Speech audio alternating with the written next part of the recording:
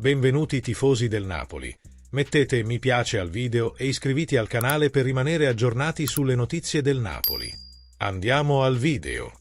Una vigilia di Natale tesa. C'è anche un pizzico di preoccupazione o è normale? No, non è normale. Stai arrivando alla fine della stagione e hai la fortuna di giocare per qualcosa di importante. Tutti arrivano alla fine della stagione, quindi bisogna guardare come si gioca, cosa si sta giocando, che stagione si è fatta. Non possiamo definirlo un finale normale, ma in nome di un obiettivo che certamente non avevamo in mente. Abbiamo già raggiunto il nostro obiettivo, più di uno, tornare in Champions League e rubare un posto a chi si è qualificato l'anno scorso e alle squadre che erano almeno 15 punti dietro di noi, senza contare l'Inter che è a 41. Quell'obiettivo è stato sicuramente raggiunto, poi l'altro era creare problemi ed è stato raggiunto anche quello. Ora resta da vedere quanti problemi vogliamo creare. È una pressione, uno stress che ci meritiamo, non possiamo dire che sia tutto normale. Solo chi non ha mai giocato per niente può pensare che non ci sia un coinvolgimento emotivo, passionale, c'è un po' di tutto e dovremo essere bravi a gestirlo. Preoccupazione? Io non lo chiamo nemmeno così, c'è l'imponderabile, si prepara tutto al meglio, e poi però ci sono gli imponderabili. C'è il difensore del Genoa che intercetta la palla, scappa senza motivo ed entra nella nostra area, crossa e di testa fa gol. Fa parte degli imponderabili, in positivo e in negativo, e speriamo che possa volgere anche a nostro favore. Parlava di un burlone scomparso. Come è riuscito il team a mitigare questo problema? Come sta MC Tominay e quanto vale il recupero di Neres? Il pareggio col Genoa ci ha dato molto fastidio, l'ho rivisto e abbiamo dominato su tutti i fronti. Il Genoa è entrato in area ben 8 volte. Per chi non avesse visto bene, ho visto alcuni commenti sulla partita che mi hanno lasciato sicuramente perplesso.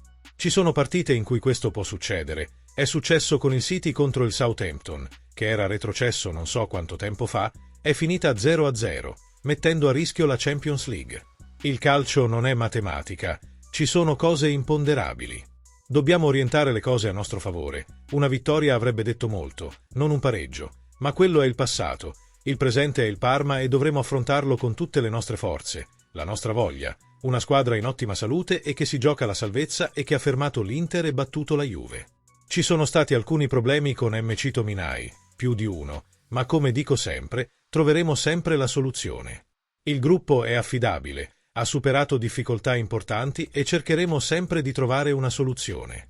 Neres si è ripreso, la settimana scorsa si è allenato metà del tempo con noi, faceva 8-10 minuti, quella era la sua autonomia, si è allenato sempre con noi, ha aumentato la sua autonomia, ma arriva da 50 giorni di stop e di certo non può essere pronto per iniziare.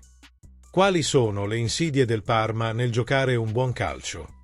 Sono in classifica, basta guardarli, stanno lottando per salvarsi e quando è così si mostrano gli artigli, crescono i denti e noi troveremo una squadra combattiva per ottenere un risultato che ci salvi.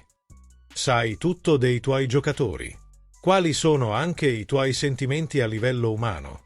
Sanno che stanno giocando per un obiettivo imprevedibile, a differenza dei grandi club. Per i grandi club uno scudetto in più o in meno non cambia molto la situazione.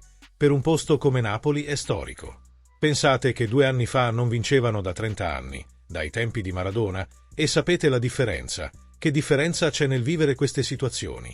Chi è abituato vive l'ambiente nel suo complesso con maggiore serenità.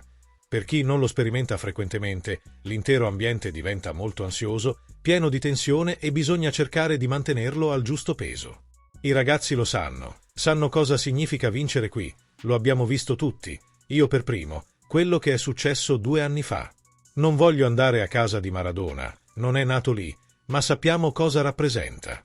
Hai la possibilità di partecipare a eventi che non accadono spesso e, se sei abbastanza bravo da prenderne parte e sei fortunato, ciò significa anche entrare a far parte della storia della città.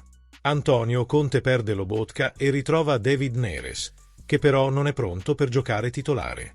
Quindi 4-4-2 con Meret in porta, Ramani e Olivera al centro della difesa e Di Lorenzo e Spinazzola sulle fasce. Nel centrocampo asimmetrico a 4, Politano aperto sulla destra e MC Tominay sulla fascia opposta. Lo scozzese ha avuto un problema fisico, come annunciato da Conte in conferenza stampa, ma dovrà stringere i denti. Tuttavia, Billing era stato preavvisato e avrebbe giocato in un centrocampo a 3 con Gilmour e Anguissa. In attacco, affidatevi alla coppia Lukaku-Raspadori, autore di gol nell'ultimo turno. Napoli, 4-4-2 Meret, Di Lorenzo, Ramani, Olivera, Spinazzola, Politano, Anguissa, Gilmour e Mecitominai, Lukaku, Raspadori. Tecnico, Conte.